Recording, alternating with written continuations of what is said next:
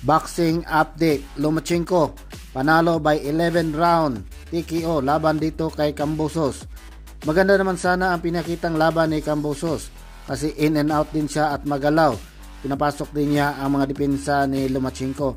Kaya lang nalalamangan po siya sa puntusan kasi pag pumasok si Kambosos, laging naka-counter ng kaliwa itong si Kambosos ni Lomachenko. Kaya mula round 1 hanggang round 10, walang naipanalong puntos itong si Kambosos. Pagdating sa 11 round, biglang nagkadikitan ang dalawa. Bahagyang naitulak nga itong si Kambosos at may naiwang jab. Subalit hindi ito binilangan ng referee. Pagkatayo niya, binakbakan agad siya ni Lomachenko. Natamaan siya sa may budiga kaya napaluhod si Kambosos. Dito nga ay makikita na medyo gasgas na yung mukha ni Kambosos, mga idol.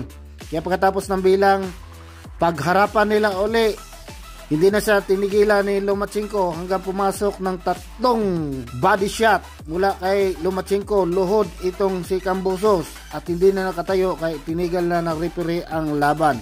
So panalo si Lomachenko, mga idol, by TKO 11 round at nakuha niya ang IBF Lightweight belt. Medyo napaluha nga si Lomachenko na ikanibit ang belt dahil muli na naman siyang naging champion. So hanggang dito na lang, mga idol, maraming salamat po.